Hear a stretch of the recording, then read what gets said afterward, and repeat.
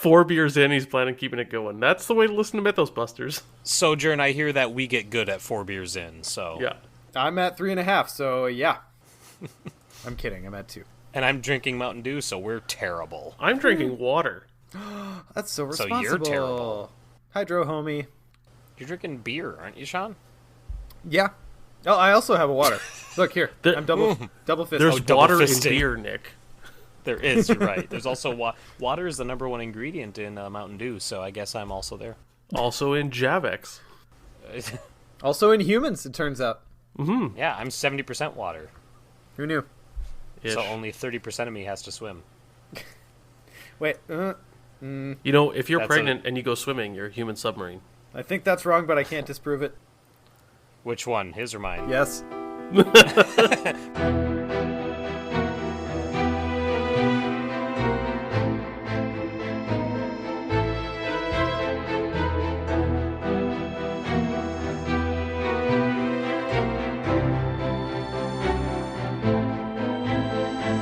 Mythos Busters, investigating the mystery, monsters, and madness of Arkham Horror, the card game. Hello and welcome to episode 75 of Mythos Busters. I'm Sean. Joining me tonight are my fellow co-hosts and friends. Let's start with Nick. Hey, Nick. Hello. Ooh, did I catch you in the middle of something, or Did that sound weird? Yeah, let me just zip up here. Yep. Okay. Oh, God. All right, sorry. Didn't mean to smack your ass. Quick, pan to the side. Pan to the side. You did mean to, you just didn't mean for what was... Never mind. Let's just move on. Scott, how are you doing today? Great Oh, now. Nick grabbed the wheel on that one. Hi, Scott. Hello. And how are you? Have you gotten over the coldest week in Canada thus far? Yeah, it was a little chilly. We were the coldest place on Earth for a short while. So, minus 53 Celsius. Which is impressive, because I hear it's pretty cold in Antarctica. Yeah, we were colder than that, and it was terrible. And now it's just snowing all the time. I've shoveled 3 days in a row, so... Yeah. Oh, that's fun. Yeah, we got more of that coming our way. Yeah. Anyway, for us Americans, that's negative 63.4 in Oof. Fahrenheit. Yep. and that's before wind chill, right? That was with the wind chill, but the base Oh, temperature... that's cheating. But the base temperature was minus 44? Okay. I mean, is that's like still really fucking cold. That's still really cold. Coldest place on Earth. Let's just clarify that. But be it known that Scott cheated. But that's negative 47 Fahrenheit, and I've had that before. Like, I've lived through that, so... Lived is a strong term for doing... Lived is just like, I literally just continued to exist. Survived through that. I once started a 3-day long road trip on a day where we woke up, and I have a picture of our thermometer outside the house. It was 50 below zero before wind chill, and it's a friggin' thing. Anyway, we're talking about weather way too much here. Mm-hmm. The Weather Busters. Meteorology Busters. Oh, God. We've got a fun episode in store for you guys tonight. We've got our normal openers. We got our normal openers, and then our discussion topic tonight. We're diving into the Search for Kadath Mythos pack. So pre-spoiler alert there. And then, of course, we'll round it out with some technical time. But before we get to any of that, I wanted to check in with you guys. What has your Arkham palette looked like lately? Scott, what you got planned? Oh boy, I have a couple campaigns on the go. Let's see, I have a solo campaign that I'm running Patrice just through the dream side of the Dream Eaters. I've got our campaign. I'm doing a campaign that Brian David Sandberg of Right of Seeking organized, where everyone's playing as survivors. Like, we're doing a Dream Eaters, and there's the 7 survivors plus Lola. And then I'm also working with... Who doesn't have Survivor as an off class, right?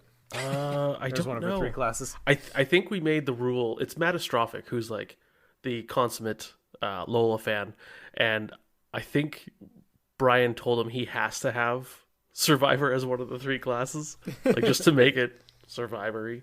So, and then I'm also working with Vase Odin of the Innkeeper. God, I always forget his channel's name. the innkeeper Vase Odin. Mm-hmm. Twisted Tentacle Inn. Twisted There we Tentacle go. Inn. And so All three of us got there at the same time. Yep. Yep, sorry, couldn't bail you out.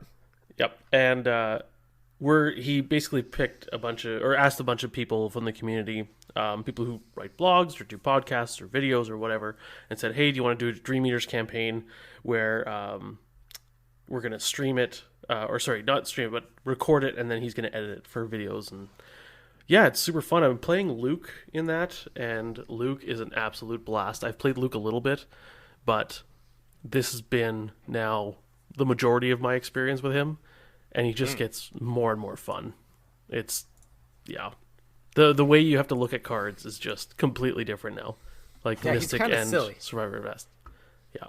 Or sorry. He's a bit of a silly Seeker. goose. A bit, yeah. So, and Cool.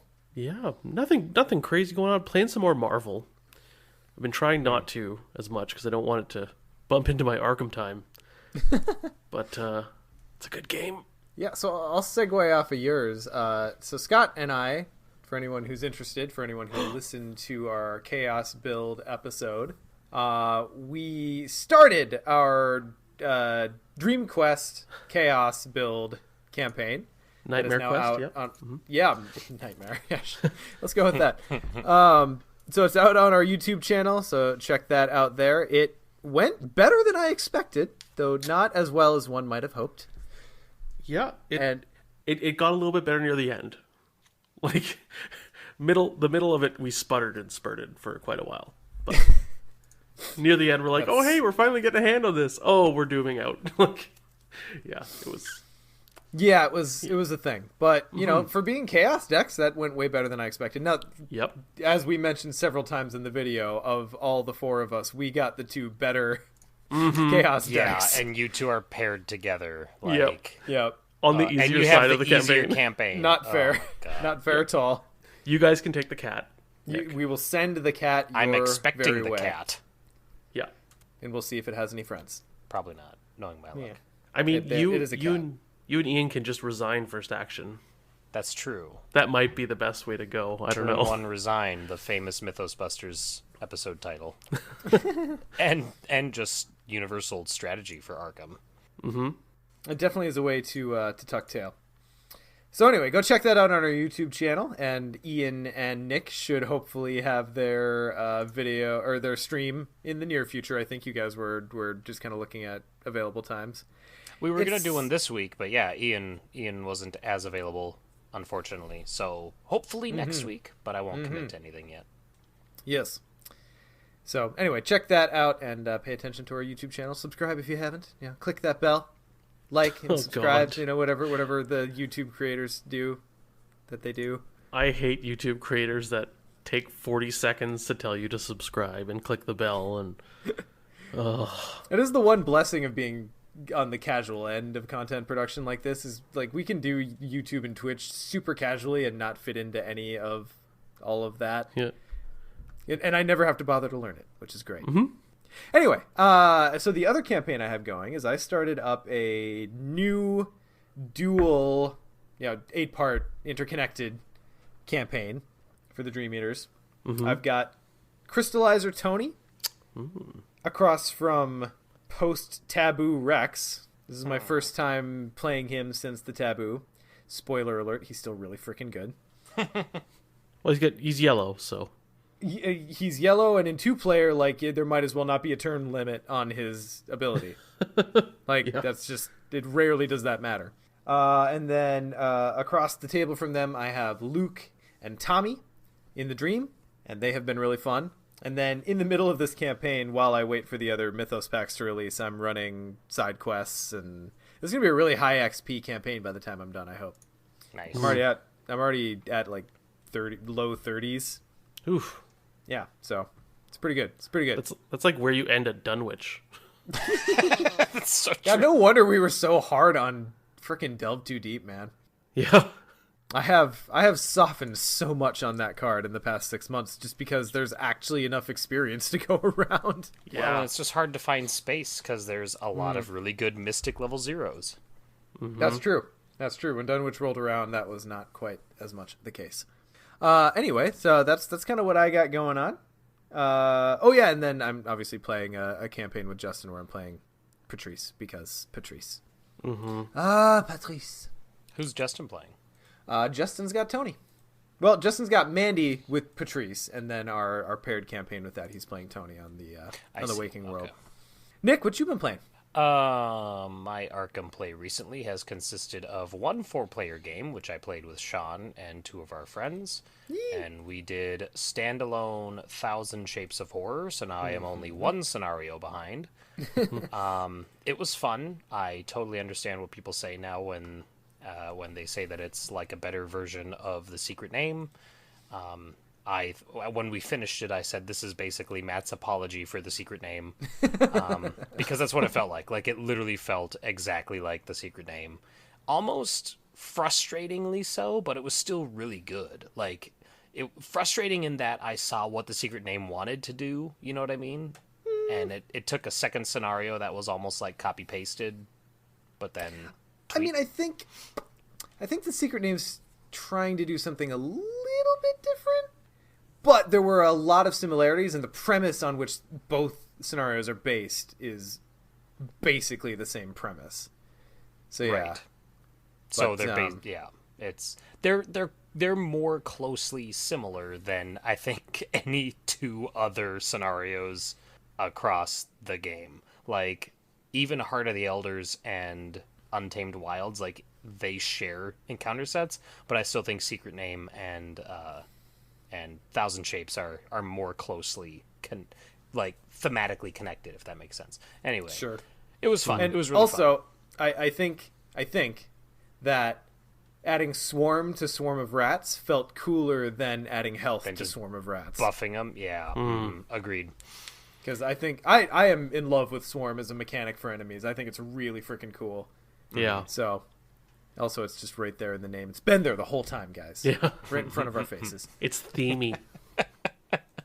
Yeah. But that's really the only Arkham I've played since we last recorded. I played a leveled up Daisy deck, which I haven't played Daisy since like Dunwich era, so it was really fun to revisit her. Did Scroll of Prophecies, a little bit of Scroll of Secrets. Scroll of Prophecies! Prophecies is really cool, yeah. I had the ancient, whatever they are, the tablets or whatever that let you get multiple clues. The glyphs? Yeah, but I never got those out. And I had Narcotic manuscripts, but I never got those out either.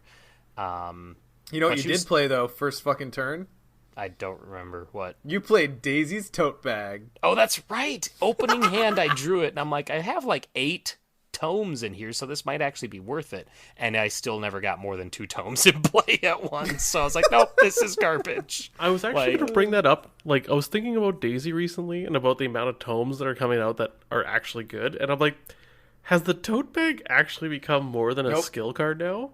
Nope. No. If it had an ability that was like exhaust, like action, exhaust, play a tome and reduce its cost by 1, like even if it just had that, it might maybe be a little more useful. But I literally had it every single turn of that game, literally every single turn, and I never got more than 2 tomes out. So, and here's why I think that is. If you're playing enough, it's tempo. It's pure tempo. If you're playing a deck where you will play 3 or more tomes, and that's important to you, like that's a benefit to you.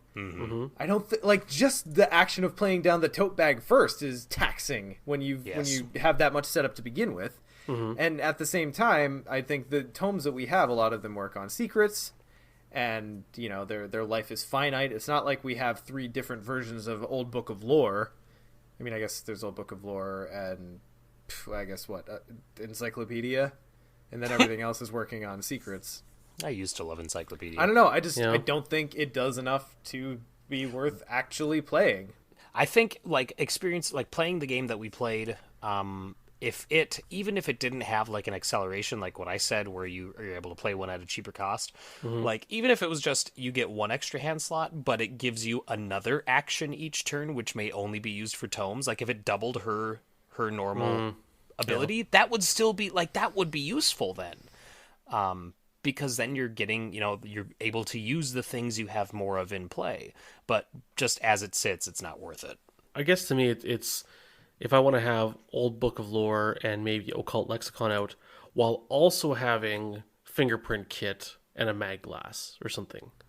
You know what I mean? Like Sure. I'm not going to fill up all 4 with tomes, but I don't know. I feel like maybe there's times where you do play it now and it's okay to build slightly around it. You know what, Scott? When I hear it from your lips, I'll believe it. Well, that's what I'm saying. No, as in you play it and you like he's telling you to do it. When I hear you say, "Hey, this happened," and it actually was worth it, I'll believe it. Okay. Yeah, quick, put together your Daisy, Tote Bag, Unearth the Ancients, Secret deck. Too bad none of the tomes are also, what is it, Relic? Is there a tome Relic? There's got to be at least one. I think the glyphs. Are the glyphs a There you relic? go. No, they're not tome, though, are they? I thought they were spell. The level 0 is a tome. Oh, see, and I skipped that because I was playing... That's the only way I play him is if I'm playing standalone and I Narcotic can skip the manuscripts. original. Oh, yes! The best ones! And there's another one, but you can't take it because it's Father Mateo's. Ah, boo. Yeah. The Codex of Ages. Codex, yeah. Yeah. So that's all that I played for Arkham. I did also play a 4-player game of Marvel that just started out great. Like, the first 45 minutes were awesome, and then the last hour and 15 was just circling the drain over and over and over again. Until we finally scooped. We stumbled on that last scheme for Claw hard. Yeah. No, it wasn't even the last. It was the middle. It was his Act 2. We never Yeah, got he only to has his- 2. Oh, Scheme. I was thinking of, like, him, the villain. Yeah. Like, Yeah. yeah. Anyway, so, I mean, it's still a fun game, but we played that, and I was like, I'm okay not touching Marvel for a long time now. Yeah, that got to be a bit of a slog. I think in one of our chats, we realized that you guys were missing a couple rules that I think really? drastically changes. Like, other people can do actions during your turn if you request them. Yeah, that's so... Oh, my gosh, that rule is so weird. We talked It about is. that. Were we missing that? I'd feel like I helped. I had never once heard the term request until I was talking about that game later on our Discord, and I was like, and they're like, yeah, you can only do, and I was like, that's such a weird like table talk rule, and I don't want to regurgitate that whole conversation, but it's just such a weird distinction, like that the player has to ask for it. You know what I mean? Anyway, Marvel was fun, but also we were watching trailers of GTFO in the background, and I was recounting the D&D exploits to our online chat group, so people were distracted, and by people I mean me. Well, it was a lighter part of the day while everyone was kind of mentally recovering. So it was just that. I think it was time, place, mood, food.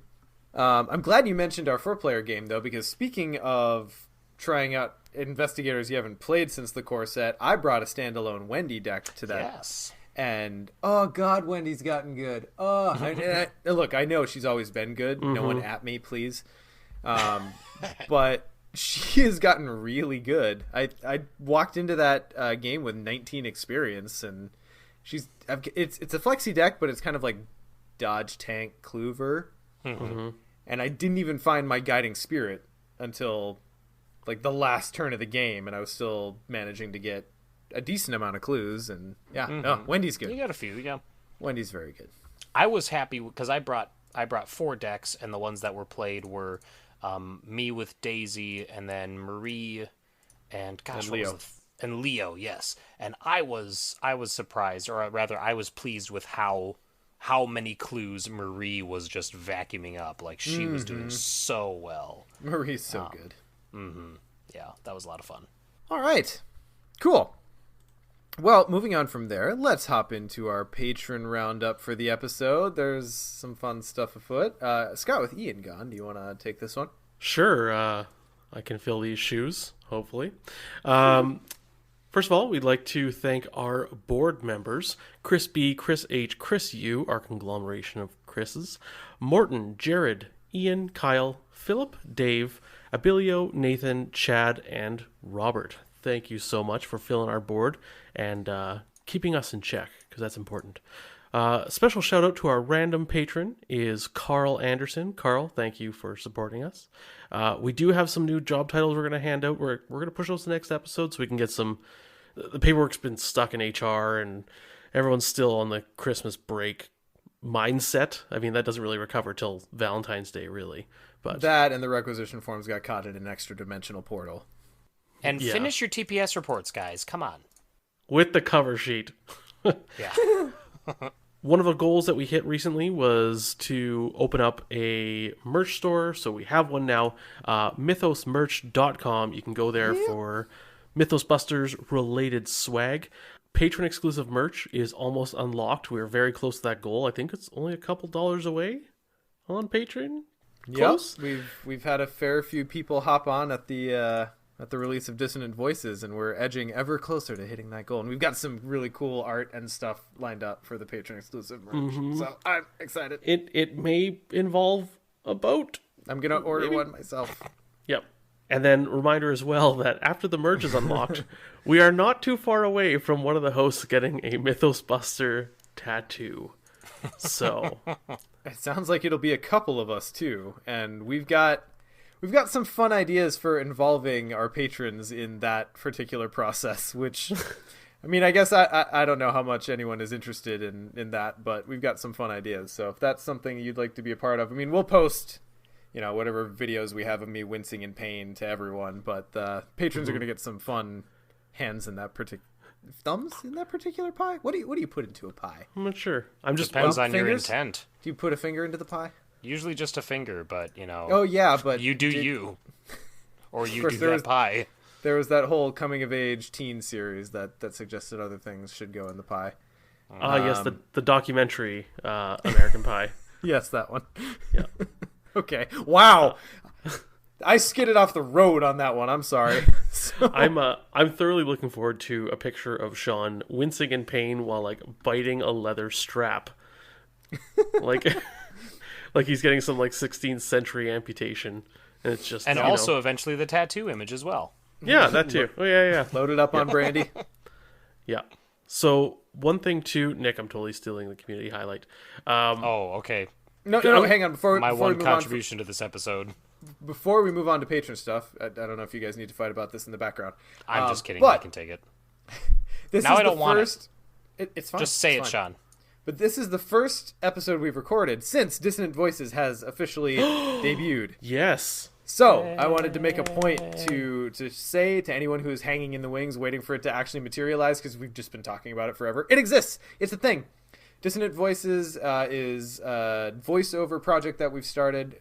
We have a 50-minute YouTube video out there for people who are subscribers, who are patrons to us. That it's basically a voiceover of all of the text in the Dream Eaters campaign guide. And let me tell you guys, it is ample. There is a lot of text in that campaign guide. That is a supple campaign guide. Oh boy. So anyway, so that's out there. The idea is just to make it easier for you to enjoy the story text while you're setting up the game and not have to worry about setting aside time, precious play time, to actually sit and read, because the story is one of the drawing points of the game, but the story has gotten a little bit verbose, and sometimes it might be a good thing to just save yourself that time. So if you're a patron, check out our Patreon, because we posted a link there. And if you've been waiting and this is something that might be of interest to you, this would be available to any of our patrons at any level. Even if you're just chipping in $1 an episode, we love you, and this is for you. So excited to have that out there, and also looking for any feedback that any of our patrons have. This is something that we're kind of doing specifically for you guys. So if there's any glaring omissions or anything specifically you do differently or would like to hear, let us know. There was it one request to turn Dissonant Voices into Resonant Voices, where we sing all the flavor text? Careful what you friggin' wish for, guys. Oh boy. Yeah, we produced a musical episode when we were the ones who asked for it. So one thing about the merch store, I'm just taking it because it flows right in here. That's fine. I was just giving you shit. Yeah. Doovies. I'm going to log off the podcast now. See you guys later. Okay. Bye, Nick. Hey, nothing lost. So there's a... Boo. I booed Below my the own belt. joke. Ding, ding, ding. Doovies, a member of the Arkham community, lives in Australia, and I don't know if you guys have heard, Australia is on fire, and he started doing kind of charitables, or set up a thing where if you post deck lists or post pictures of you playing decks that have fire extinguisher or fire X in it, he would donate money to, I forget which Australian Fire Rescue Service it goes to, but someone fighting fires in Australia.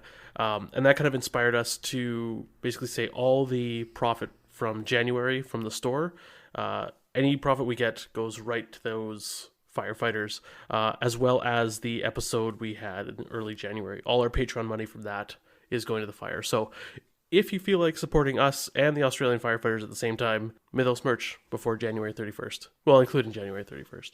Great time to get that hoodie. Stay warm. Nick, there's a featured article. You can have this piece of Ian's job. Oh. So, the article this week, it revealed what everybody was kind of asking about or wondering about, as if we would ever see another novella. And this is revealing that we will not only be getting a new novella, but it's also a new investigator with Dexter Drake in The Blood of Balshandor. Balshandor. The Blood of Big B, and how this, so basically it's revealed Dexter as well as his signatures, so we're going to go ahead and take a look at those. Sean, since he is a mystic, if you want to read Dexter Drake for us. I mean, this is our first promo mystic from the novellas, right? Like, I get to legitimately be excited about this. Yeah, I mean, Marie, I'm not counting Marie because she was just a pre-order thing. She was like the first promo investigator of all time. Yes. That's true. Yes. All right, so Dexter Drake is the magician. He's a mystic, obviously. He has 5 willpower, 2 intellect, 3 combat, 2 agility, sorcerer and veteran traits. Ooh, an odd combination. Free action, during your turn, discard an asset you control. Play an asset with a different title from your hand, reducing its cost by 1. Limit once per round. And then his Elder Sign effect is +2. You may return an asset from your play area to your hand, then draw a card. He has 6 health and 8 sanity. Love that 5 willpower. So he's gotten a little bit of flack on Facebook and maybe Reddit. I don't pay attention to Reddit too much, but a little bit of flack on Facebook about being a quote-unquote boring mystic. But my favorite mystic, well, my favorite's Luke, but my second favorite, and my favorite for a long time before Luke came out, was Akachi, and I would call her a boring mystic. So I'm actually really excited for Drake. I think he looks really cool. Well, maybe the ability's boring, and that's what people are focusing on, but you also have to understand that the ability plays into what you put in the deck, which can itself be interesting. So exactly. I just feel like it's a very reductionist thing to say, but okay, Facebook. Well, yeah. So much of what is said on Facebook is reductionist, but anyway. Yes. The art for this is awesome, first of all. Looks like Magician Doctor Strange. It's pretty great. Yeah, I was going to say he's got the Doctor Strange circles. Like the glyphs. Also, like, I think Akachi's a very apt comparison, Nick. Like, his ability is very similar in theme to Akachi's, where you are deriving more than the printed value from assets. Although, Akachi specifically works towards spells and charges. This will be pretty interesting. Yes. I think, like, people are saying he's a boring mystic. I mean, first of all, we don't know his deck building yet, so we don't know if he has a subclass, like his subclass, or if he has a subclass. What if he is off-class rogue and can play sleight of hand and just like slate in the most expensive thing you can? Or, well, I don't know. I was going somewhere with that combo, but then I read his ability again. I think one thing about his ability too is, like, if you're going to use things that have charges as a mystic, or depending on what he's got 3 combat, which is workable. If he is like rogue or guardian, maybe you can put a weapon in there, and once you've used the weapon, the thing is, like, tempo wise and playing cards wise, this is a fast action to basically take that empty flashlight or whatever spell you have and then just put a new one in play, like, of a different name. But that happens fast without an attack of opportunity, and the cost is reduced by 1. And you get the card back in your hand, so now now you can commit it to a skill test. Like, this is really good. Yeah, it's a huge discarded asset ability. You control. Sorry, it's discard.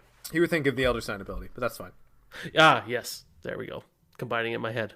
And I will say that Dexter Drake has always been an investigator that I've been like, how boring. He's just like a regular, like, magician.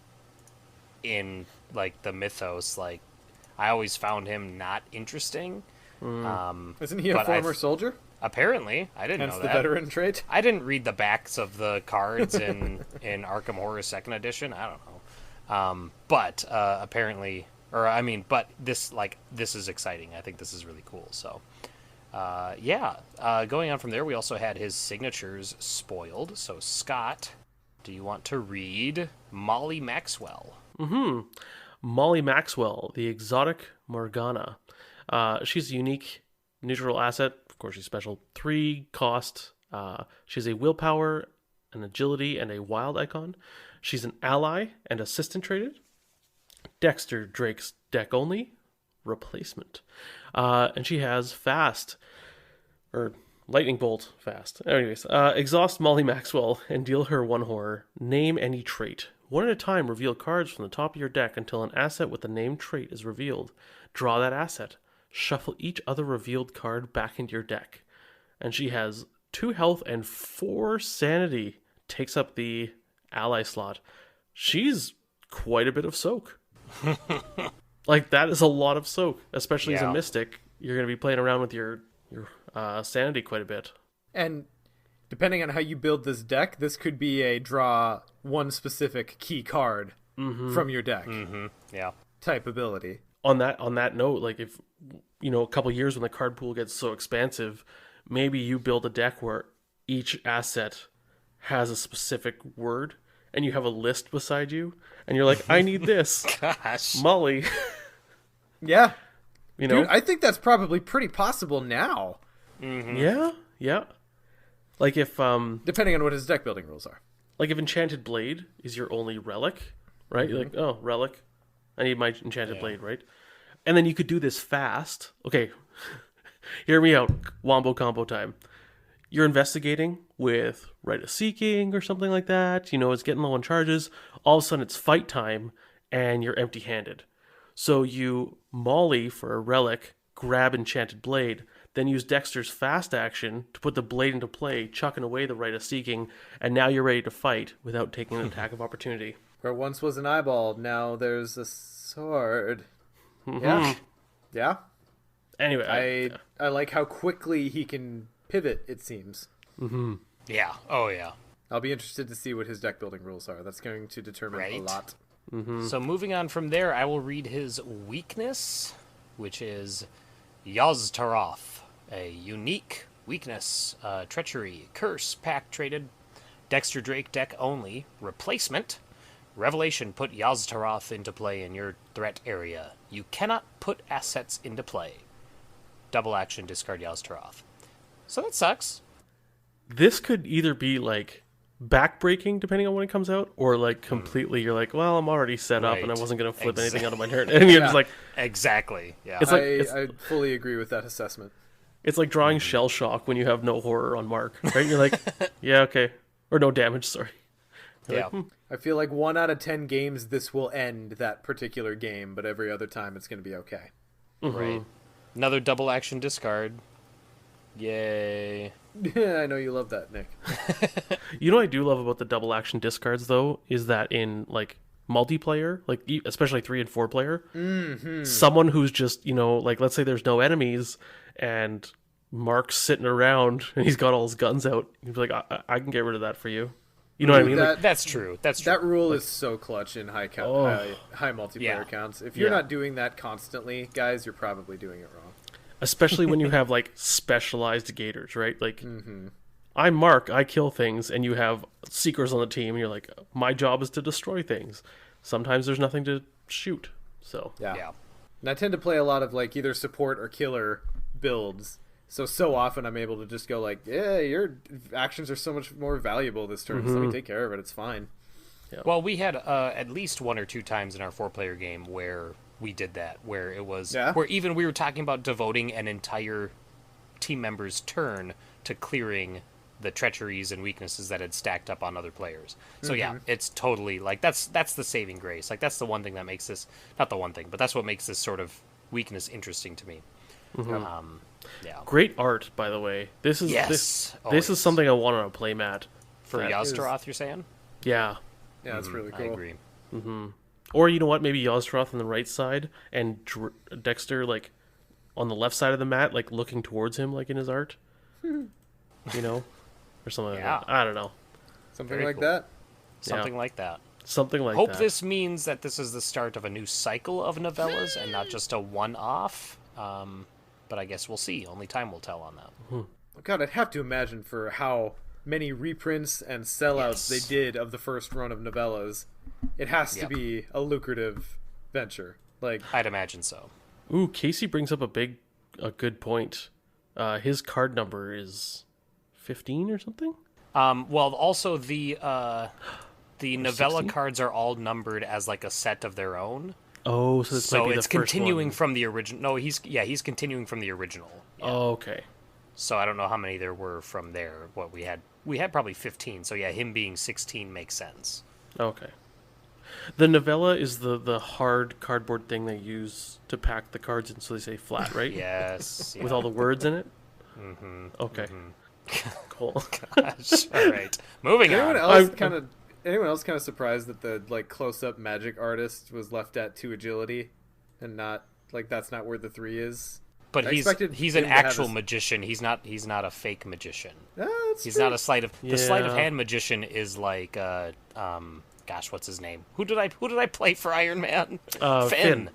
That's Yeah, like- that's the sleight of hand magician. He'd be the guy in the back alley running the card game, right? Yes. Like, yeah. That's entirely fair. I regret saying it. Yeah. His magic stat is the willpower. Sean, you mystic. God. It's true. It's true. All right. Cool. So yeah, I'm hoping that's the beginning of the new cycle. Would not mind seeing like an Agnes. God, I'd love to see like Agnes and Daisy get replacements. That would warm the cockles of my heart. Yeah, I think most of the core set characters could use them. Especially Roland.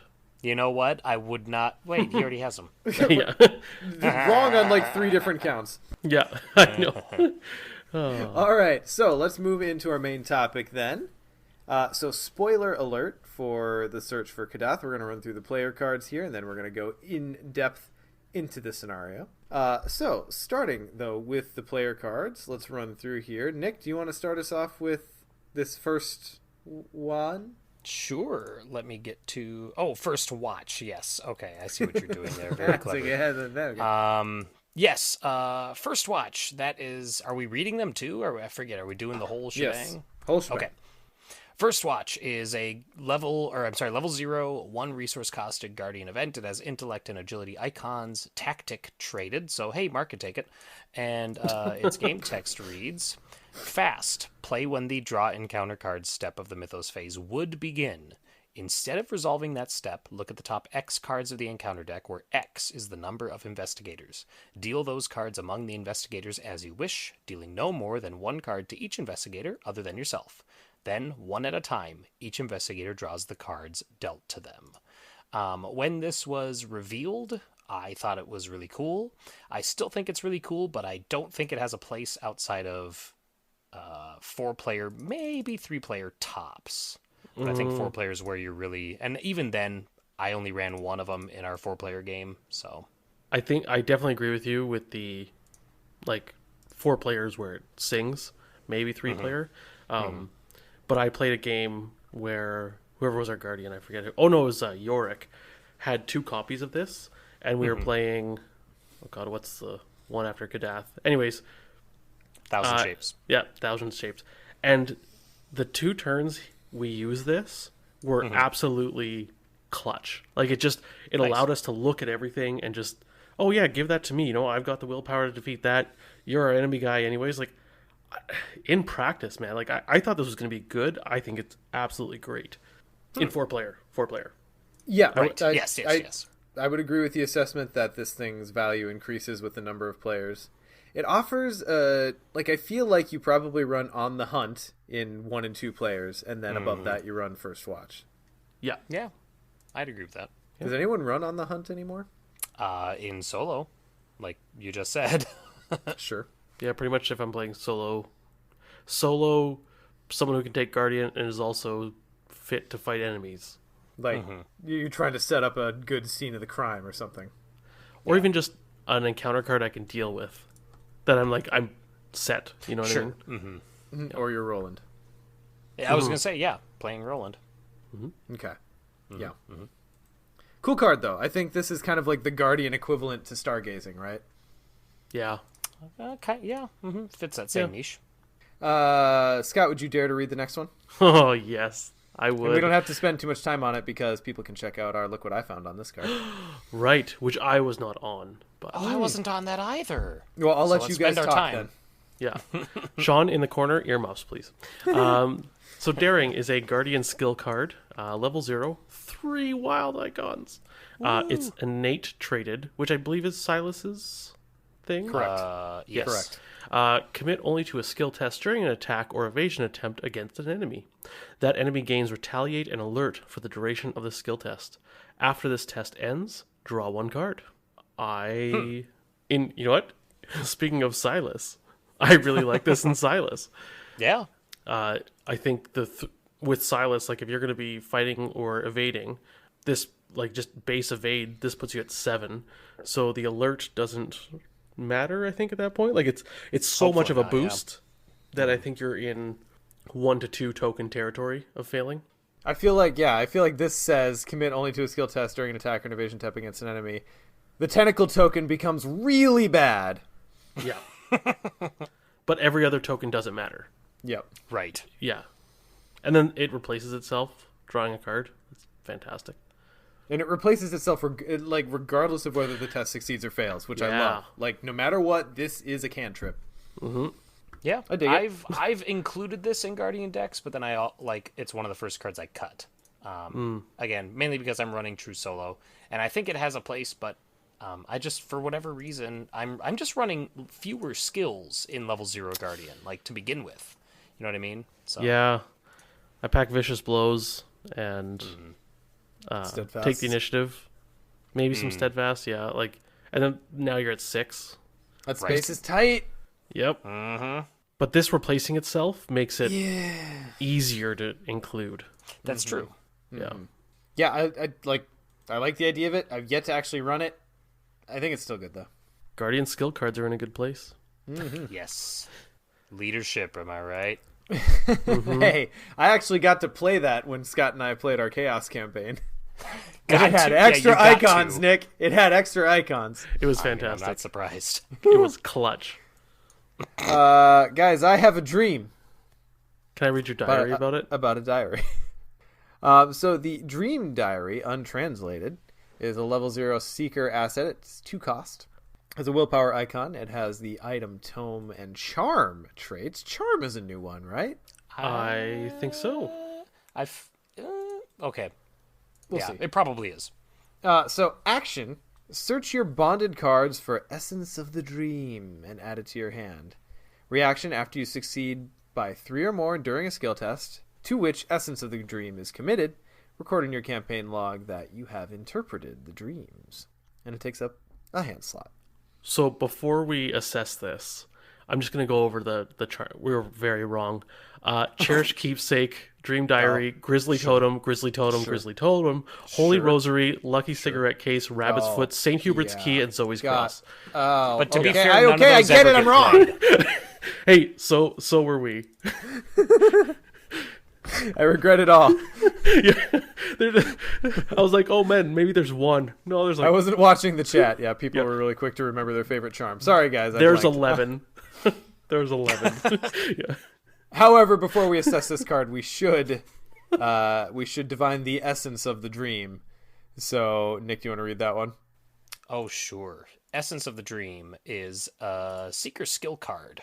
It has 2 wild icons, Practiced and Expert traded, bonded with Dream Diary. Game text reads, when Essence of the Dream would enter your discard pile or be shuffled into your deck, instead set Essence of the Dream aside, out of play, with your bonded cards. All right. This one, I think there's obviously with these Seeker side quests, there's 2 things to, I guess, evaluate. Is what's the payoff, which we don't know yet. So that's really hard to say. And the second one is what does it cost you, or how hard is it to do? This one is going to cost you essentially 3 actions.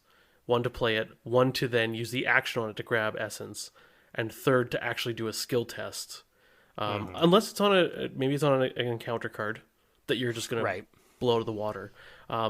This one seems even that though, it seems I don't want to say but easy to complete. Like you just have to pass one test and blow it out of the water. And as a seeker, I mean, you come across a 2-shroud location, you can just be like, I'm Daisy, add Essence of the Dream. Now I'm at 7 to 2. Here's Inquiring Mind. Now I'm 10 to 2. You know what I mean? Like it's. I mean, I don't know about you guys, but I walk around most games going, I'm Daisy. Haha, I'm Daisy. Yeah, it's definitely lower on the scale compared to the others, I think. It's cool though. It's different. Yeah. It is. It's not very action intensive, unlike the glyphs. Yeah, we'll see what the payoff is, but seems good. I think the art on Essence of the Dream is badass. Really cool. It's pretty cool. Yeah, that's another playmat right there. That needs to be made into playmat. Matt, playmat that. All right. What's the card following this? So then, damn it! All right, you got it. It's yours, Scott. All right, followed is a rogue event. 2 costs, level 0, and it has a intellect and agility icon. It's tactic traded, so Mark can take this. Investigate. Choose an enemy at your location. You get +1 intellect for this investigation for each damage on the chosen enemy to a maximum of +5 intellect. If you succeed, discover 1 additional clue at this location. This action does not provoke attacks of opportunity from the chosen enemy. It's the first time we've seen that, where it doesn't provoke attack of opportunity from only a specific enemy. I mean, okay, like this is a solo card, right? Like, if you're playing Rogue in 4-player, you don't care about investigating, right? I could see this as a 2-player card if you're Finn. But even Finn has better tools, doesn't he? But this does Maybe not at level 0. Maybe not at level 0. This gives you the compression too, right? Like it's that additional clue. So I'm lukewarm. Yeah, it's So question. Can you play this card if there is no enemy at your location just for the compression? no. Because you have Okay, to choose an That's enemy. part of at the your location. cost is choosing an enemy. Then that's Right? that's gonna be enough for me, dog. Yeah. It's another one of those rogue, like we have a few of these rogue cards like this now where there's so much text on the box just to try and get them to do something that other investigators do decently already. You know what I mean? And unfortunately, that just kind of plops it in this area that I'm like, well, I don't ever need to worry about this card. Casey brings up Tony. If you're playing 2-player, I can see this. Like Tony punches, gets some damage on a guy, grabs some clues, and then punches him to death. Or, shoots him, whatever. Finishes the job. Yeah. Hits them, they run away, he follows them, and then he hits them again. Yeah. And I can actually see this maybe even using adaptable this in very late scenarios where you're going to have a big boss at a place and you have to grab clues from that location. Yeah, like, this would be great in Blood on the Altar. Yeah. Also in, the first one of The Circle Undone, where you're going to the Witch's Circle. The Witching Hour? The Witching Hour. Yeah. If your plan is to get all the clues and you have Tony as your fighter, he can punch Annette a couple times and then also help with the clues, maybe? Sure. I What's think Tony's intelligence? 3. So he's still not bad. It's workable, right? 3 is workable. Yeah. Okay. So, Think Tank Tony. God. Think Tank Tony. It's a very niche card. I'll give it that. Yeah.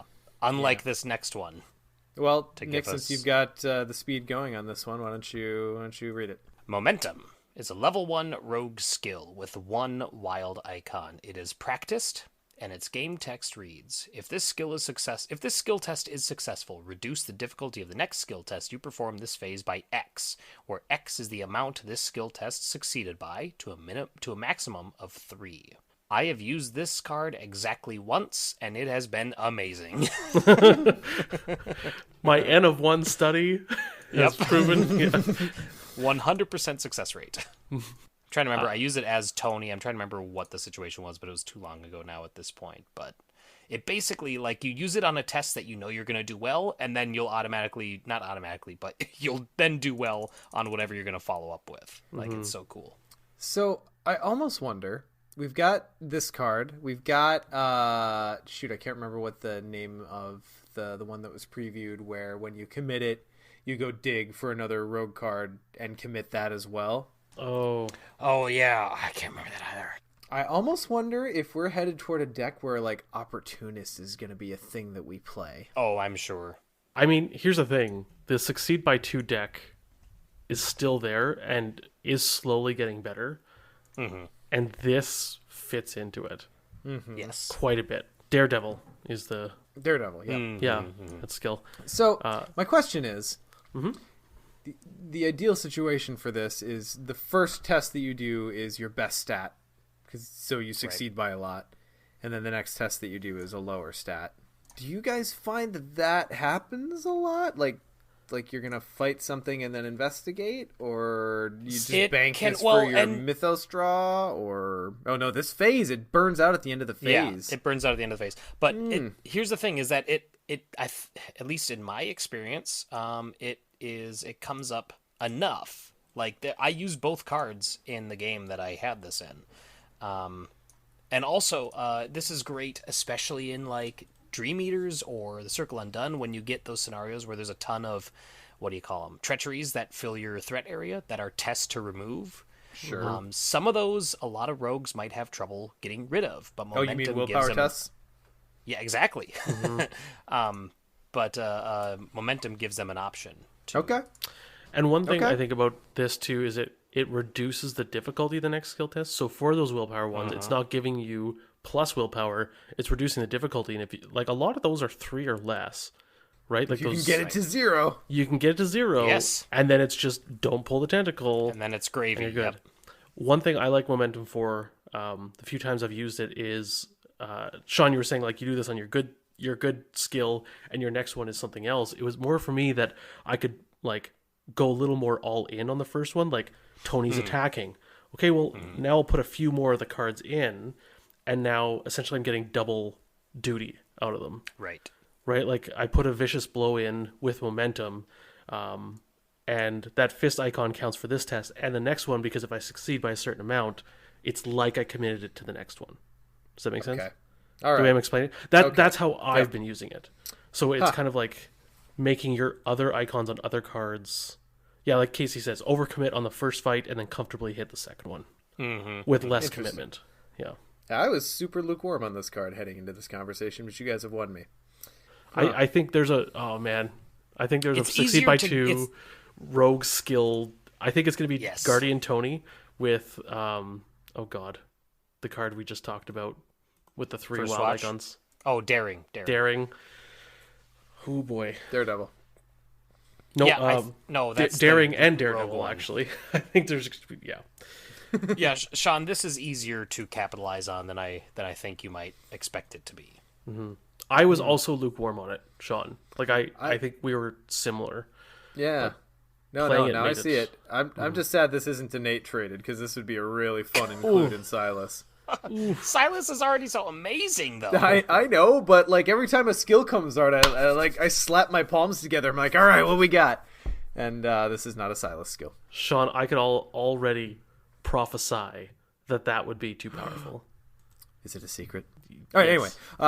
Scroll of Prophecies is our next card. It is a 3-cost, level 0 mystic asset. It has a willpower icon. It has the item and tome traits. It uses 4 secrets. Action, spend 1 secret. Choose an investigator at your location. That investigator draws 3 cards, then discards 1 card from their hand. Daisy's tote bag isn't that good. Sorry. No. This isn't the tote bag. What are you talking about? Scott, this was played in that game, and I still hold that Daisy's tote bag didn't do anything. Yeah. That said, I love this card. I know this one was previewed a while back. Yes. And I think even then we were pretty positive on it. I think I might like this more than Old Book of Lore in most situations, even with Daisy, and, like, way more than Old Book of Lore outside of Daisy. I would agree. because you're basically what it is look at 3 cards and pick the one you don't want. Like, you're still getting 2 cards for 1 action. And it's also draw 3 cards, discard a card from your hand that maybe is garbage, right? Or like that, yeah. Right? You can take all 3 cards that you just saw and be like, I don't need this second copy of whatever asset. Enraptured. Yeah. But like in a Mystic, right? Like I pack 2 Sixth Sense. Well, once you get 1 Sixth Sense out, the other one's pretty much dead, right? So Right. The only thing that Old Book of Lore has over this is that it doesn't filter weaknesses. If you draw a weakness with this, it's just a weakness. Amnesia. Oh. And then you also have to discard a card from your hand, so it doubly sucks. But I have found that 4 secrets is not a big barrier. I feel like it's appropriately costed for what it does. And the fact that you can choose another investigator with this ability makes it great in multiplayer. I have this in my Luke with Tommy, and Tommy's great on resources, but he's a little hard up for card draw, and this has been making his deck sing to be able to do this. It is great. Love this card. You know what is funny with the card pool right now is now that Versatile exists, I think of what you're saying, your Tommy deck, and I'm like, what if you had Bandolier and you Versatiled for Scroll of Prophecies, but then like now you're watering down your deck. I'm like, where's the benefit? I love this card. This is really good, especially outside of Seeker. This is amazing card draw, amazing filtering. But as with any tome, best in Daisy. Yeah, and I think Mystic. I don't want to say Mystic really needed this, but when you're putting all your eggs in one basket as far as willpower, and you need the assets like Sixth Sense and Wither and like Shriveling and all the things that use it, you need to find those sooner rather than later, and this helps you a lot and takes up a hand slot that takes up a slot that isn't super contested in Mystic for the most part. Right. Yeah, this is great for a spell slinger build. Yeah. Well, I feel like we read the signs on that one pretty well. I forget where we are. I think it's Scott. Okay. Ballerina Dancer in the Middle of the Night. Read the Signs is a Mystic event, 2 cost, level 0, willpower and intellect icon. It is spell traded. Investigate. Add your willpower value to your skill value for this investigation. You may ignore any effect or keyword on your location, which would trigger during the investigation. If you succeed, discover 1 additional clue at this location. A grisly future is laid before you. Do you turn away, or do you embrace it?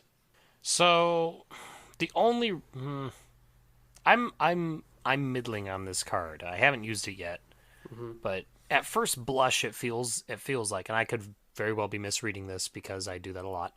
It feels like the only reason to include this is either A, you're not planning on focusing on clues and you just want a little tool to get you by, or B, you're playing the Circle Undone.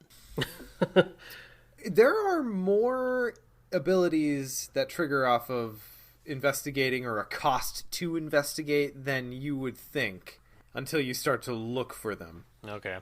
There's usually at least 1 location in each scenario, and more often than not, there's more than one that has something that this could affect. Sure. Yeah. What it's going to affect, what it's going to shield you from, varies wildly depending on what you're looking at. But like even in the jungle, what was the one like? If you investigate this location and you're poisoned, take a damage. Something like that. Also, this card has the word ignore on it, so Diana can put it underneath her. Oh.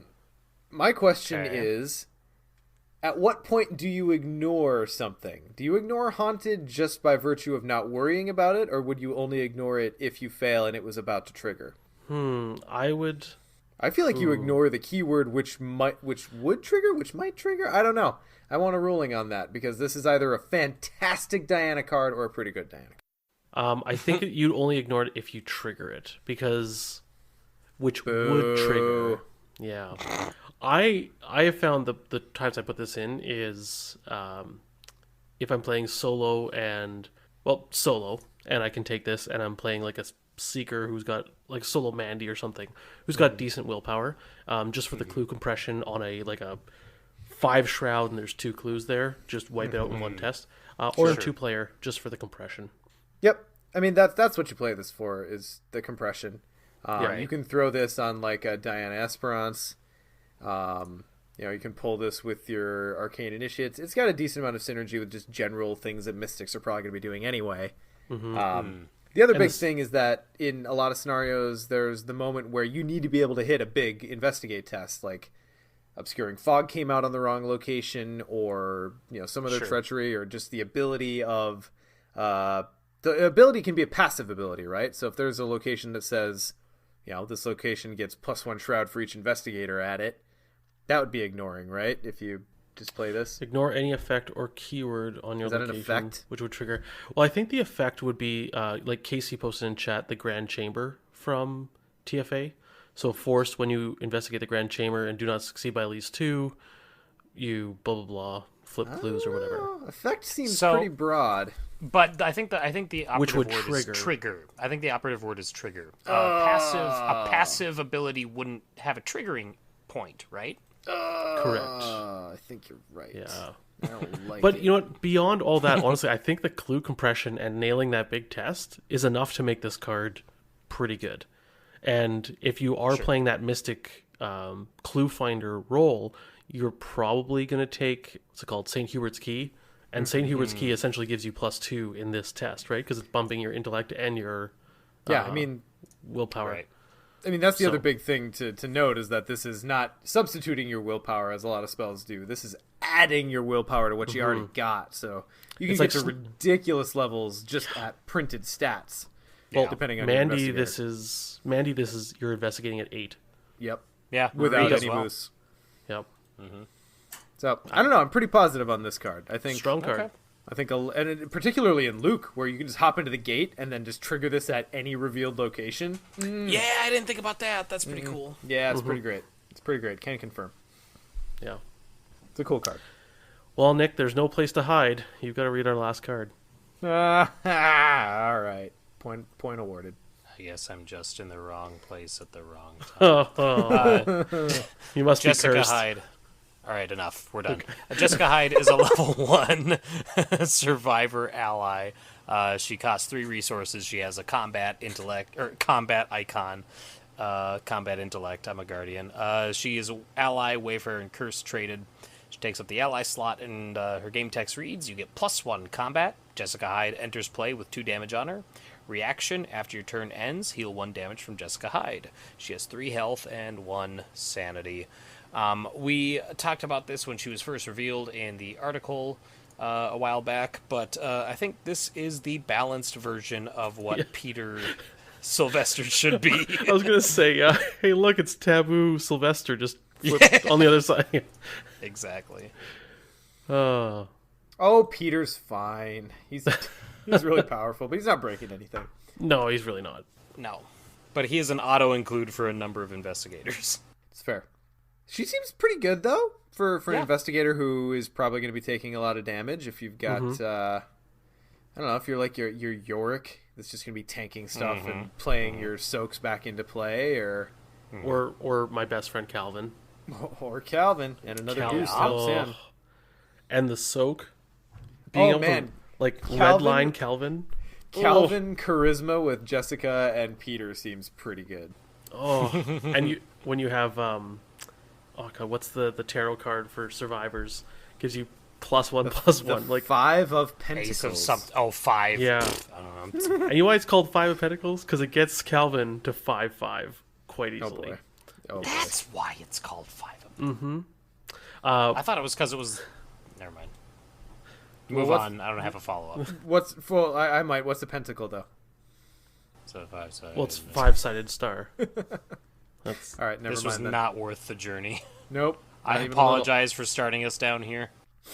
But I've redlined Calvin where everything is 6. I did create I proxied Jessica when she was revealed, and I got Calvin with the tarot out and Jessica and upgrade Peter Sylvester, and he had his signature out, and I was 6 damage and 6 sanity, so I was taking every test base 6. Oh, Jesus. And I just Oh felt... no, you're like base 6 on intellect and base 7 on everything else. Oh, right, yes, sorry. Yeah, it was... I felt godly. Dirty. It was... I was wrong. It's so wrong. But, yeah, it felt so right. As it does. Outside of Calvin, I'm iffy. Just because the 2 damage enters... I don't know if it's worth it. So here's the real question is... What investigator takes this card that couldn't pack healing instead and save the ally slot for something different or more dynamic? More worthwhile. It's a good question. And I think that's where she fits. Yeah. But also takes use of the combat pip. Right. The combat boost. Yeah. Like, she's a weird... Yeah. I don't know. I feel like she's one of these ones where if you want to build with her, she's not going to be bad. She's not going to, like, create a new deck archetype or anything. But there'll be investigators that come out where it's like, oh, yeah, Jessica. Okay, maybe I'll play her now. It'll happen. Mark my words. Casey suggests Silas. Silas might not be a bad call. I tend to favor Peter in Silas. Yeah. But... People are mentioning Silas, Pete, Rita, and I'm like, all those people have pretty good health pools. Like, I'm more worried about their sanity. And so I default to Peter over Jessica. Sure. So if we ever get like a 5 health, 9 sanity fighter survivor somehow, maybe? Sure. But, yeah. I mean, that puts Rita up to a 4. It's workable. Yeah. And for York, it's like Sneck says, it's beat cop number 3 and 4. Sure. Yeah. Yeah, I feel like maybe she's your off ally. Maybe we're not thinking of her in the right context. Maybe she's ally number 2 for a lot of people after you buy Charisma. You know, first 5 experiences, Charisma and 2 Jessicas. Yeah. Yeah. I don't know. She's cool though. I like it. I like that she exists. Yes. As a balanced version of Peter. Yes. Yeah. I do Also like that. the design. I think that's really cool. Favorite card of the pack for you guys? I just closed the list. Scroll of Prophecies. Momentum. Oh god, I'm torn between those two. I think currently Scroll of Prophecies, but when I build that rogue skill test deck, it's gonna be Momentum. I want to see that list when you've honed it. I'm interested in that deck type. Give me a couple days. Let's workshop it. Okay. We can totally do that. Maybe after the cast. Maybe. We'll see. Okay. Commitment after 10 p.m.? No thanks. I mean, I'm fucking 30, man. I'm not playing around with any pretense anymore. My ass has to get to bed. All right, so let's move on then to the scenario itself. I think it's fair. First, spoiler alert: we're talking about anything, not necessarily everything, but anything related to this scenario from here on out. I think it's fair to say that this scenario got a positive reception. A lot of people really enjoyed this, and I count myself among those people. So before we dive into the particulars, what do you think it is that makes that reception so positive? What shines about this one? I was going to say, I'm going on a limb here, but I think the general populace that plays Arkham, or LCG, is probably, I'm going to guess, we go around 30 to 35 years old and spread out a bit from there.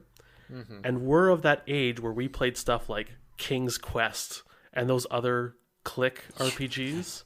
You went in a totally... You started in a different direction than I expected, but let's see if you bring it back around to where I was going to go. So this just reminded me of the RPGs I played on my computer when I was like 10 and 12 years old, where I get to a place and it says, which direction would you like to travel? And I was like, oh my god, I'm going back to my childhood. And then each of the 4 places is very different, and they have different challenges, and I don't know, that to me just it took me back, and it made it really fun. And I think there's so much to uncover in this scenario, and the story is awesome, and it just feels mystical and magical. So okay, so you didn't quite get to, I mean, you did, but not, you were adjacent to what I was going to say. I was just going to say, because it offers a lot of player choice, and because it's one of those scenarios where you keep going until you get what you're comfortable getting, and then you check out. Yeah, you're push your luck. Mm-hmm. Yeah. I think those two things combined. That also because it's like the theme is super awesome. Like you're sailing around the Dreamlands, you're visiting these different locations. The deck is changing each time. Like there's a lot of variance. So I think there's so many elements to this that just all kind of combine to make it a really memorable experience. Mm-hmm. We actually get a reference in the intros to Luke Robinson. Like, if he's in this camp, if he's in this group, here's a slightly different story. You know, feature investigator. Yeah, of course he's in. Diana didn't get that shit, but okay, it's fine. She got it. She's a lodge member. You're fine. Yeah, Silver Twilight. Should share that with Preston. Calm down, because he doesn't have enough. Other than all the money in the world. Oh, my favorite investigator didn't get more stuff. That makes me want to play Preston a little bit, actually. Have to mull over a build for him. I thought you were going to say that makes me want to play Diana right now. Well, I mean, I figured that was just your default state. I was about to say that's the thought I'm always holding back. That's my secret, Captain. I always want to play. You don't Diana. hold it back as much as you think. So anyway, yeah. So the intros are pretty simple. You've got whether the cat's with you, whether you originally sided with the Zoogs versus the cats plays a little bit of a difference, and then whether or not you're Luke. So as far as the scenario itself goes, you start out at base camp, essentially. And then there are like there's a couple of special enemies. Like there's so many different little things in this scenario. I've only played it 3 times, and I still feel like I haven't seen things. I played it like 8 and I haven't seen things. Like I don't know if I've ever faced the stalking manticore, for instance. Where does he come in? I have not faced him. He is. Oh, he comes in one of the islands because I have seen him. I don't think. Oh, we did kill him in the game that I saw him. Yeah, and then there's the pack of Vuniths and the cats of Ulthar, and there's just kind of cool. So much. The Forbidden Lands. Specific. Yeah. Yes. Yep. And then the beings of Ib, who look like Odd from Oddworld. Mm-hmm. I thought you were going to say Deep Ones. Pretty sure that's Deep One art from a previous edition of Arkham Horror. I'd believe that. They have a fishy look about them. God, yeah, I don't know that I have much more to say than what you guys said about it. It's really cool to be able to kind of pick your poison. I'm sure as we get to the level of familiarity, like Iron Man level of familiarity, we're going to have a course set. We go here first, here first, here. Yeah, this feels like Threads of Fate did when we first played that, where it's like there's so much going on. What's the optimal path? The difference is that Threads change drastically based on how you went into it, whereas this one is totally like it lives and dies by the scenario itself. It's influenced very little by previous scenarios, which I think is really cool. Yeah, like Timeless Realm puts things into the encounter deck, I believe. Well, they all do, but then they all also take stuff out. Shuffle the set-aside Crawling Mist. Yep. And then the Night Gaunts get chucked in there at some point. Yeah. So it's what do you want to deal with? Like when we're talking planning out, it's what do we find the easiest to deal with? What do we not? So. Right. Yeah. It's going to be an interesting one to puzzle out. I think by its very nature that you kind of nope out when you feel like noping out, more or less. There's obviously the specific location where you have to do it. It doesn't feel overly hard. It's just a matter of how unscathed you can get through the early part to try to last through to the end. Yes. Yeah. It's kind of a repeat, in a way, of whatever the first scenario was in the Dreamlands, where you're going down the stairs, where like you feel like you have all the time in the world, and then you realize like when you get to the bottom, at least I did because I went don't stray from the path. The 1,000 steps of slumber? Sure. That like, oh shit, I wasted too much time in the beginning. Like this very much suffers from that problem as well. I wouldn't say that suffers from that problem, but you have to have that mindset going into this that you need like, okay, this is a timing thing. Like I'm not going to be able to see everything, but in order to see the most, I have to blitz through this opening bit, which can be difficult. Also, I have determined that on my average playthroughs, I can see the Timeless Realm and maybe one other, or I can see like 2 to 3 of the others. That Timeless Realm is a real action sink, especially if you go for everything. Yeah. Network's mentioning in the chat too, how each island's theme feels so different. The art contributes to that fantastically. Completely agree. Like it's just each of those 4 places feels like a different scenario, and to have that all in one scenario is just fantastic. And he also says, I also like how it's just like Oprah handing out XP. Like, you get XP and you get XP. It's like, did you do a basic function in this game? Yes. Here's some XP. Though I appreciate that in the shorter campaign. I think Yes. I think I'm a fan because, It just feels weird, right? Like, we're so used to a certain pacing, and it's just like, wow, all these locations, there's so much VP everywhere. We're all still so traumatized from the old Dunwich choke that this just feels odd. It feels weird to be treated well. This place is lousy with XP. So any notable encounter cards or anything that you guys would call out? I think Night Riders was a pretty interesting swarming card where you have to hit them once and then all of a sudden they get smaller. Mm-hmm. Or can just be evaded to discard them. And then there's the scaling enemy, which is the Priest of 1,000 Masks. Yeah. Right. Those mask guys. Yeah, Priest of 1,000 Masks. It felt like there was 1,000 in the deck that I played. There's like 3. There is, yeah. But they kept on coming out, and maybe it's just a 4-player game. But they were annoying after a while because they got bigger and worse. And Oh, yeah. I put in the show notes too. Like, I've only played this scenario solo, so I put in the show notes like, every time you go to a new place, you shuffle new enemies in, and you will never see them, because that's pretty much how my games went. Is like I'd add this stuff to the encounter deck, and then I would just never see it because I'm playing solo and I draw 1 card a turn. So that I think is how solo works. The Song of the Maga Bird was a really cool card. Yes. Yeah, it just By cool you mean mean. Yes. Mean. Mean, but like, I don't know, just the theme of it, and just, I don't know, trying to like, for some reason the test for combat to drive it away, I just feel like I see Tony going shoo shoo and just like flailing his arms in the air, like the way kids chase like seagulls in a parking lot, Wondrous Land sucks. It does.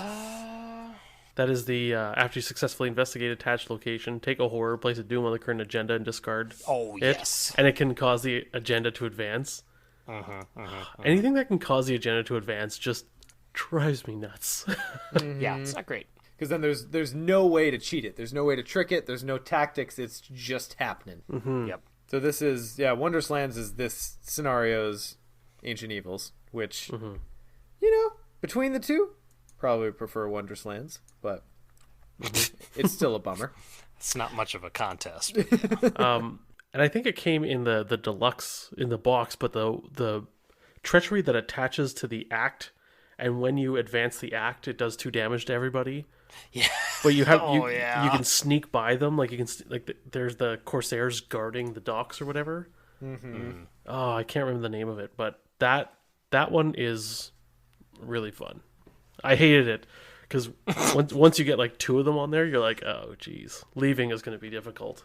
But oh god, the Corsairs were really cool though, weren't they? Like, I thought they were implemented awesome. I thought it was great. Like how they come in late, and it's, you always get that feeling that they're like on your tail. Like, I think that's really cool. Yeah, they were a cool set of enemies. All right, so then wrapping the thing up. Ooh, the resolutions. Yeah, very interesting. I think the story aspects of them. The one that blew my mind was the investigator defeat. If anyone was defeated, you read theirs first, and it's in your campaign log. Each defeated investigator records your investigator's name was captured. So like, yes. So I feel like this is the first time where it almost feels like the campaign log divides for the same group. It could split the party, right? Right, like, we're playing a game and Nick gets defeated as he usually does, and so all of a sudden Nick is now captured, and like we're over here, we're like, oh, what does this do to the story? And I'm very interested to see what that does to the story. So like maybe whoever is like Nick again, say it's you with Finn or whatever. Maybe you start with less cards or less resources or something, or you start on a location and you have to automatically pass all your actions until we rescue you or something. Oh, I hope it's not that second one. What I was gonna say is that I was gonna say in the early days of the card game, I would have said like, ooh, maybe it brings out a whole nother scenario. But now I would say, it probably just splits up the party in the next scenario. Like that seems the easiest to implement, and also still the most interesting. You know what I mean? Yeah. Maybe you start in a jail cell, and we start on the other side of the map. That would be my guess, is just whoever's captured starts in a different location and maybe has a restriction or two placed on them. Right. Or what if it's like that Lord of the Rings scenario, Sean, where you're caught in the prison and you have to separate your deck, and you have all your items in one deck and like your events in the other? Well, that one's cool because you get, like, normally in that game you play 3 heroes at a time, but you only start with one and you like shuffle your other heroes. I'd love that scenario, but I don't know. If we get something like that, I wouldn't complain.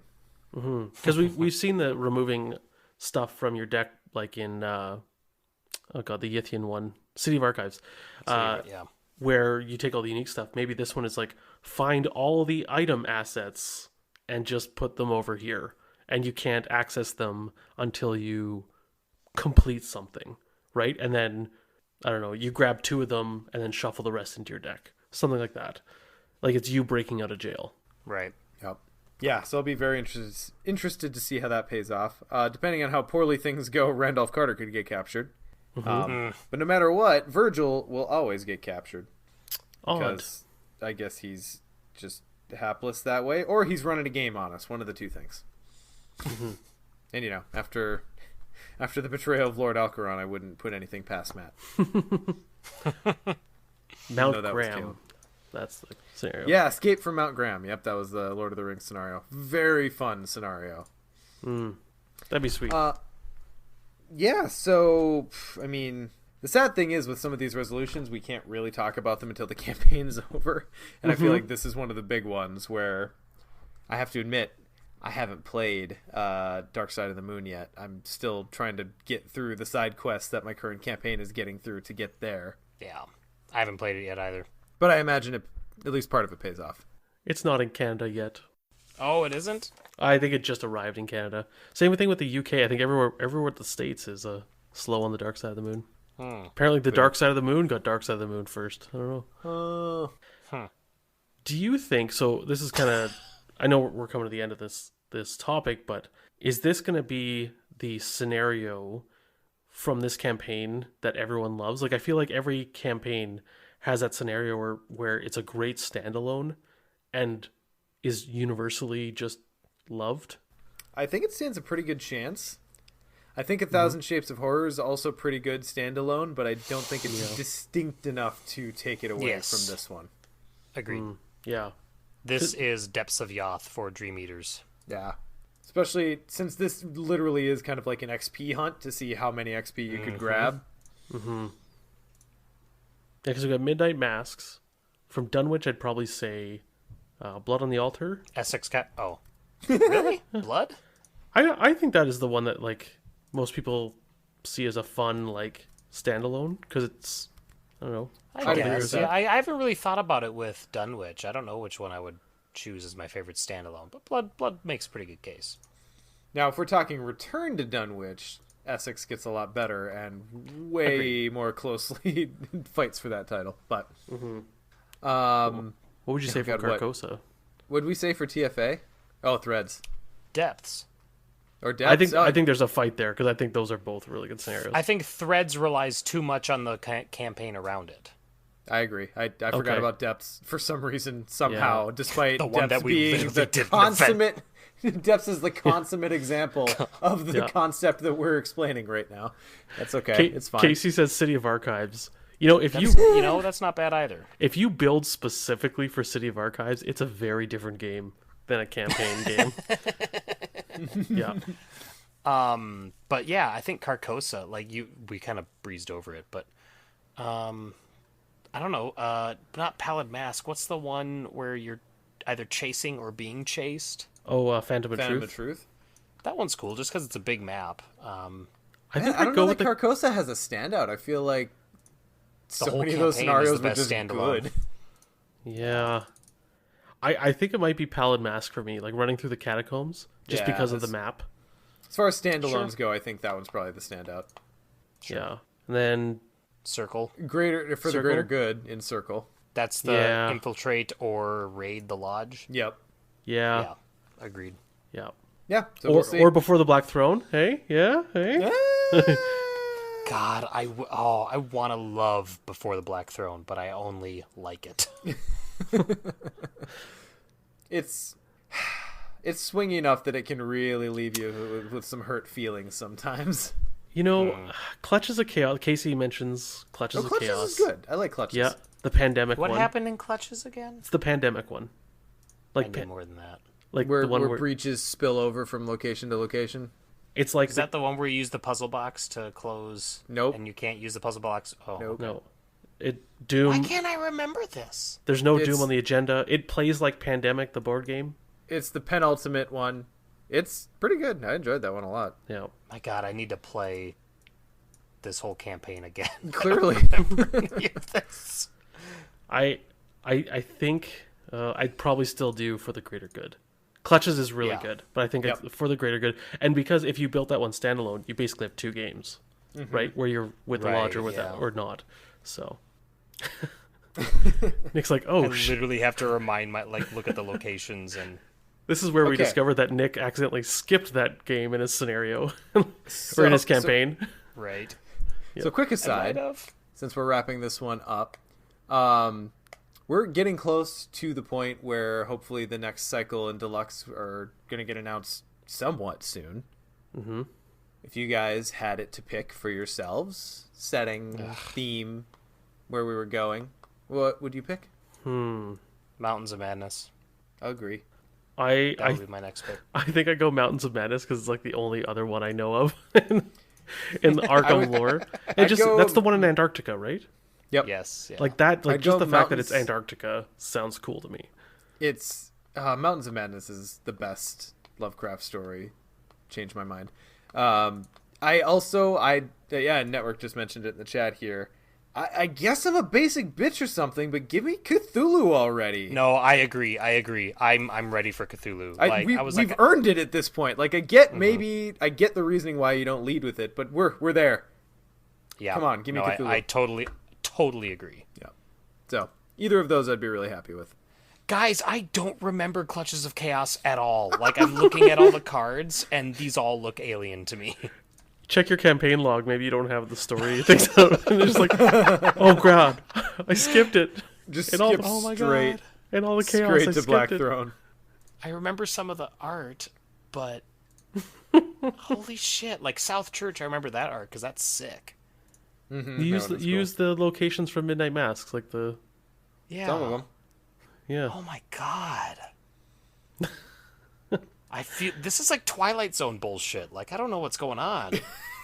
Or the Berenstain alternate universe stuff. Exactly. I forgot that was the thing until just now.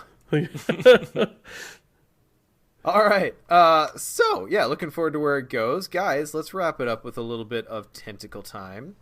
Scott, what's been grabbing you lately? Oh man, I have two games. One of them I've talked a bit about. It's by this company. They do other board games and card games, and it's about these comic books, Marvel Champions or something. I've been playing that more often. It feels like Lord of the Rings light to me, and I kind of enjoy it, and I like it. It's a different mood than Arkham. Like Arkham takes commitment. I'm starting a campaign. Like I have to plan all these things with my deck. Where Marvel feels Arkham really like, rewards you for engagement. yeah, right, like and planning your upgrades and all this stuff, and then I go to Marvel and I'm like, sweet, these cards look cool. Slam 'em in. What's my deck size? 30 to 40? Doesn't matter because I draw 6 cards every turn anyways. Like it just. And you know me, a stickler for deck size. I'm just like, whatever. This looks fun. I don't feel like cutting, so there's my deck.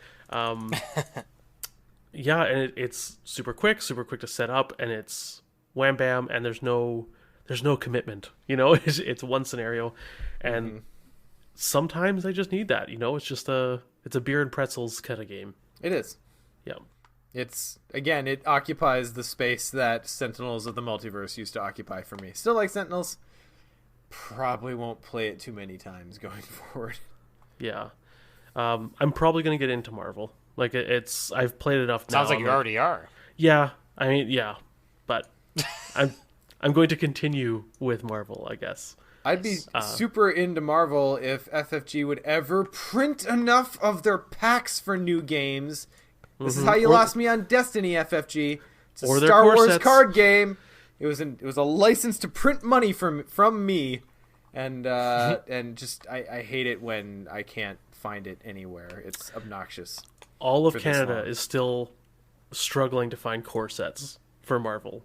Like, it's just, guys, you have a license that literally prints billions of dollars on movie tickets. Like, here's the thing: is like, if this game had come out 3-4 years ago when it was hitting its peak, that would have been one thing too. Like, I don't want to be a naysayer, and I'm not wishing anything on the Marvel universe, but I feel like Endgame was probably the peak, and I think it's probably just gonna hit a place from there. I think it's Imagine if one this peak came of out, many. like, yeah.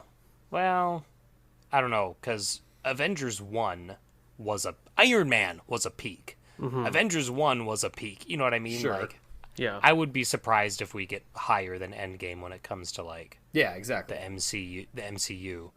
What was I going to say about Champions? I don't remember what I was going to say now. Never mind.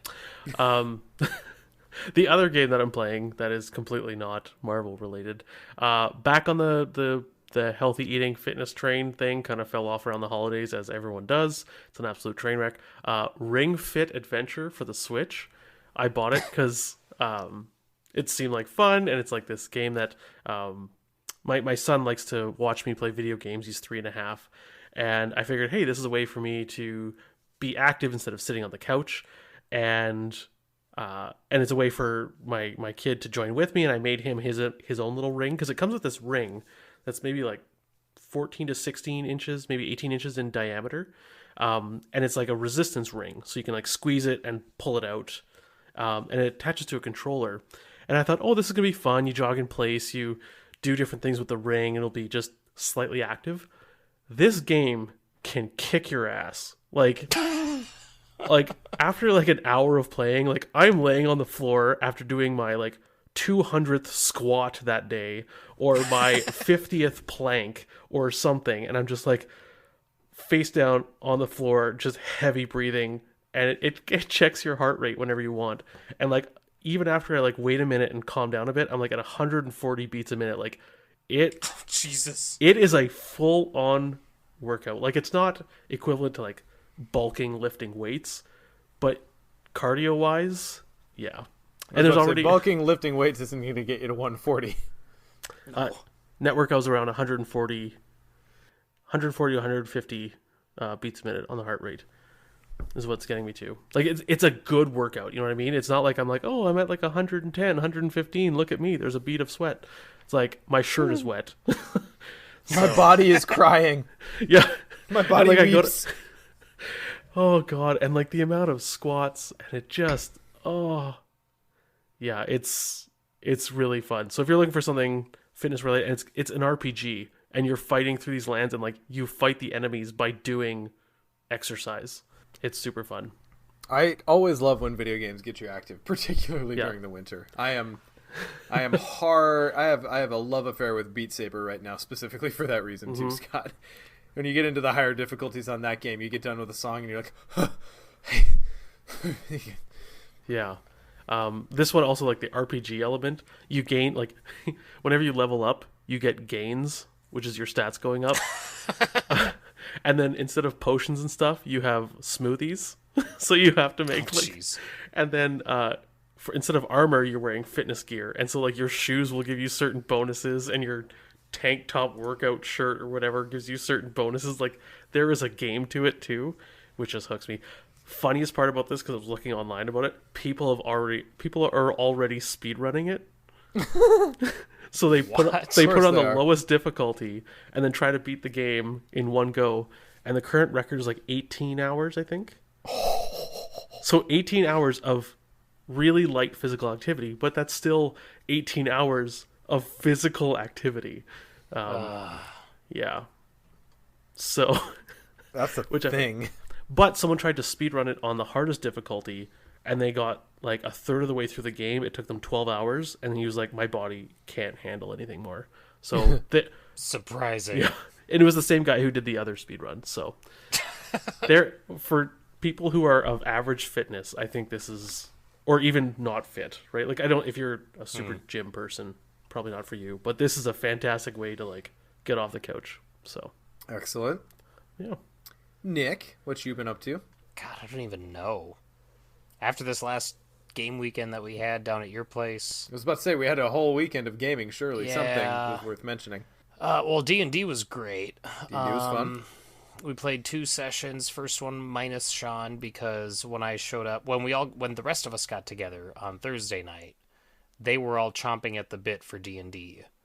So I was like, I text Sean. I was like, "Are you okay if we do a session or at least start or something without you?" And he basically said yes. You're correct. Your actual answer, because I asked like scale of 1 to 10, how upset would you be if we started? And your answer was somewhere between 2 and not surprised at all. And I wasn't sure if not surprised at all is higher or lower than 2. God, I'm an asshole. I should have just given you a straight answer. No, it's fine. We went anyway. Yes, this was the one with the cleric negotiation, Casey, that you helped me with.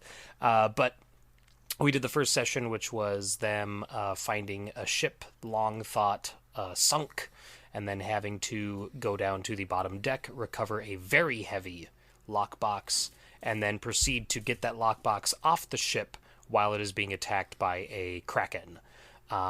So it had a kind of middling boss fight. The boss lasted like a round and a half. It was pretty anticlimactic. But then when the kraken attacked, that was I think they lasted 17 rounds. No, they went 14, which is like the lowest that you can go. And it was so like nail bitey. It was really fun, really intense. And then the second session we did, you guys cleared out the island of the Abbey and took out some evil clerics. And then I think it's just a theme for this campaign that every session I need to end on a depressing note. It wasn't that bad this time. Because this is the third session in a row where it's like a notable, I don't want to say a downbeat because that means something else, but like this is the third session in a row where it was just kind of like, oh no, like what just happened? And in this one, a notable NPC patron of the party was killed off screen while they were out doing the adventure. So, or maybe not. Don't know. No body's been seen yet. But yeah. So exciting stuff. And then beyond that, I had 5 different jobs prepped for an Alien RPG campaign that we never started. So that'll be saved for our next weekend. And beyond that, what have I been doing? I've started a new game of Bloodborne. I'm sorry. I mean, another one? I understand. Yeah. Like I laugh, Okay. but I get it. I have my new game plus that's still still ongoing, and then I have my I can't remember what other build was my second game that I had started, and then this game I started an arcane build, Arcane Strength. That one's fun. Because I'm excited. Nitrous and like boomhammer action. Exactly. I'm not that far yet. I think I just cleared out Old Yarnum, so Sure. Still pretty early. But yeah, did that. And I also I was still powering my way through Assassin's Creed 4 Black Flag. Adding another 2 or 3% to my completion rate on that every day, every couple days. So yeah, still holding steady. Cool. For my part, God, my video game queue has gotten so long, it's kind of absurd. I need to stop buying them.